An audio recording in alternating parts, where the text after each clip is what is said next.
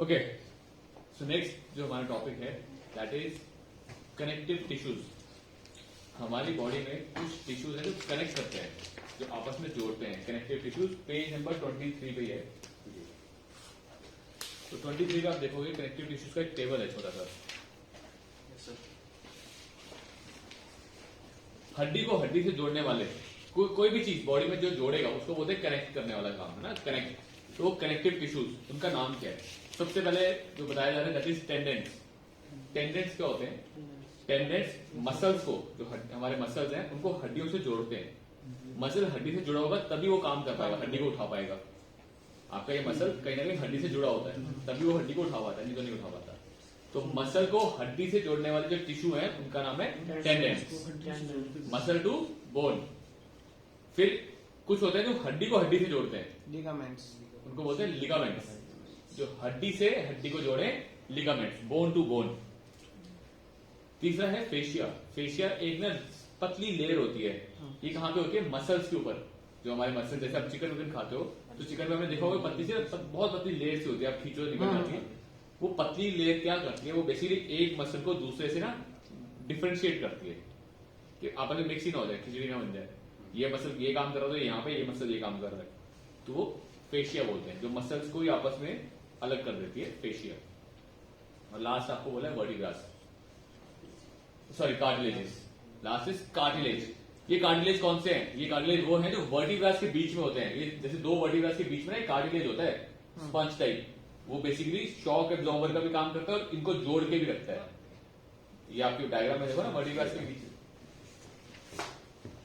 ये जो डायग्राम है इसमें आप देख रहे हो, ये वर्टिब्रास के बीच में छोटा सा एक स्पंज टाइप का नहीं है, ये कार्टिलेज।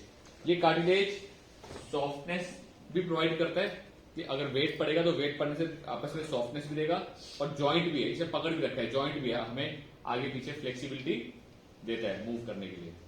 इसको बोलते हैं कार्टिलेज। तो कार्टिलेज हमारी मेनली वर्टिब्रास में है।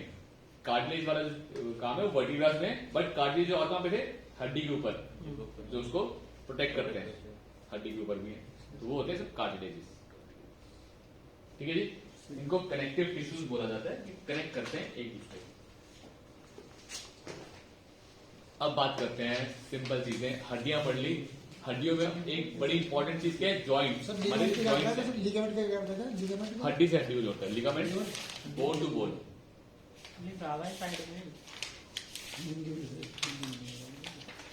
ओके, नेक्स्ट हमारे बोन्स में एक इंपॉर्टेंट पार्ट क्या है इसके? जॉइंट्स। जॉइंट्स। जितने भी जॉइंट्स हैं, जॉइंट्स की वजह से हम मूवमेंट कर पाते हैं। अगर ये जॉइंट नहीं होता तो आप बाइसेप्स मार ही नहीं सकते थे, आप ये करते हैं।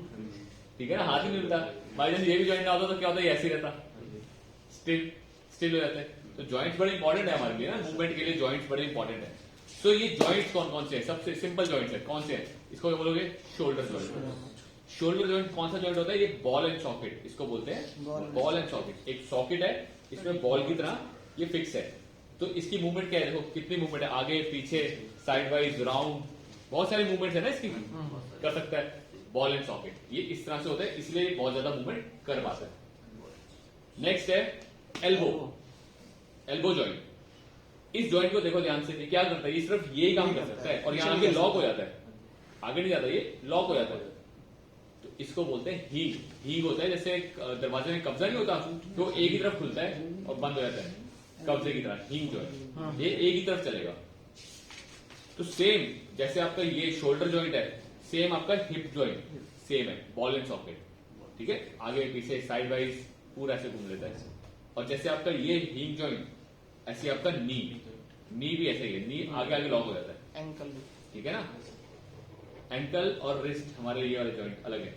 एंकल रोटेशन करता है पूरी, देखो, लेकिन कहीं ना कहीं उसको भी उसी में काउंट कर लेते हैं। सो ये हींग जॉइंट जो एक जगह जाके लॉक हो जाते हैं, जैसे आपका नी एंड एल्बो। अगर आपको ये चीज मोड़ना है तो कौन सा जॉइंट चल रहा है? एल्बो,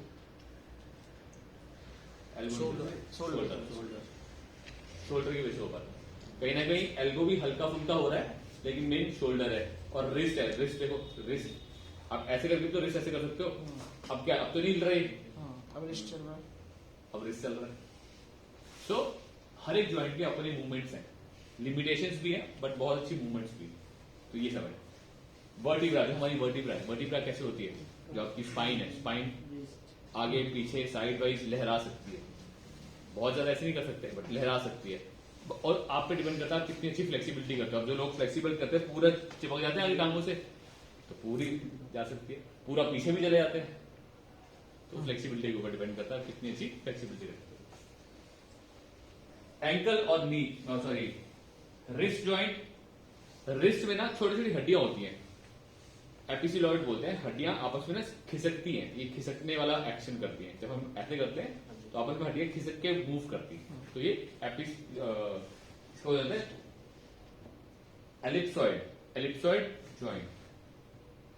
एंकल को भी आपको मेनली जो एंकल का फंक्शन है वो ये वाला है, ठीक है, एक जगह पे जाके लॉक हो जाता है, इसका नहीं जाता ऊपर, साइड के ज्यादा नहीं है फंक्शन, पर ऐसे रख के रोटेशन करोगे तो रोटेशन हो जाती है। एंगल भी एक तरह से हीम ज्वाइंट ही है, हीम एक ही तरफ की मूवमेंट करता है। तो ये मेन ज्वाइंट्स है आपके, जिसमें से कौन से ज्वाइंट ज्यादा लोगों को दिक्कत करते हैं? आपने ज्यादातर लोगों को सुना होगा यार लोअर बैक में दिक्कत है, उसकी लोअर बैक में पेन रहता है, किसी किसी के शोल्डर ज्वाइंट होते हैं निकल जाते हैं, बट ज्यादातर मजबूत होता है, शोल्डर ज्यादा दिक्कत नहीं करता, मजबूत होता है। ये भी बड़ा मजबूत ज्वाइंट है, कहीं नहीं जाता। नी ज्वाइंट भी मजबूत है, लेकिन कई बार ओवर ट्रेनिंग या ओवर लोड की वजह से लिगामेंट डैमेज होने के चांसेस होते हैं। एक आपका एंकल ज्वाइंट है जो बड़ा वो है आपके लिए ना मेंटेन करना, क्योंकि पूरी बॉडी का वेट एंकल्स पे, और एंकल्स पे जरा भी मुड़ जाए पैर तो आप अपने पैर को स्टेबल रखना चाहते हो हमेशा, मुड़े ना, है ना, स्टेबल रहे, मुड़े ना, एंकल में चोट आ जाए, उसका ध्यान रख के चलना पड़ेगा। लोअर बैक किसी की स्ट्रॉन्ग करने से कैसे करोगे? किसी को कमर में दर्द है ना, तो उसकी लोअर बैक को स्ट्रॉन्ग करो, लोअर बैक एक्सरसाइज दो, बेसिक कम कम एक्सरसाइज, मतलब पहले लोअर लेवल रखो, धीरे धीरे लेवल बढ़ाओ, तो उसी जब बैक मसल को स्ट्रॉन्ग करोगे उसका लोअर बैक स्ट्रॉन्ग हो जाएगा। तो ये सब एक्सरसाइज हम लोग कर सकते हैं। तो हमें ये ध्यान रखना है, कौन सी एक्सरसाइज है? बहुत सारी आप उल्टा लेट के ऊपर की तरफ जो एक्सरसाइज करते हैं, सुपरमैन है, एक वो आती है मशीन आती है जिसमें हाइपर एक्सटेंशन, वो सबसे बेस्ट है सर। हाइपर एक्सटेंशन है।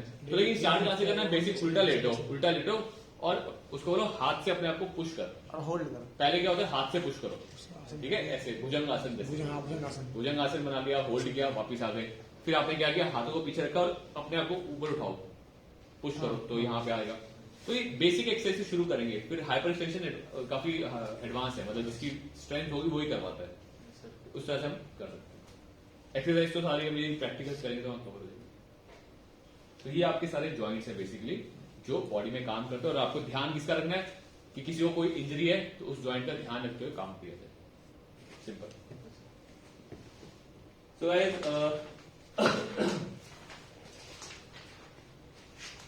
लास्ट चीज इस चैप्टर में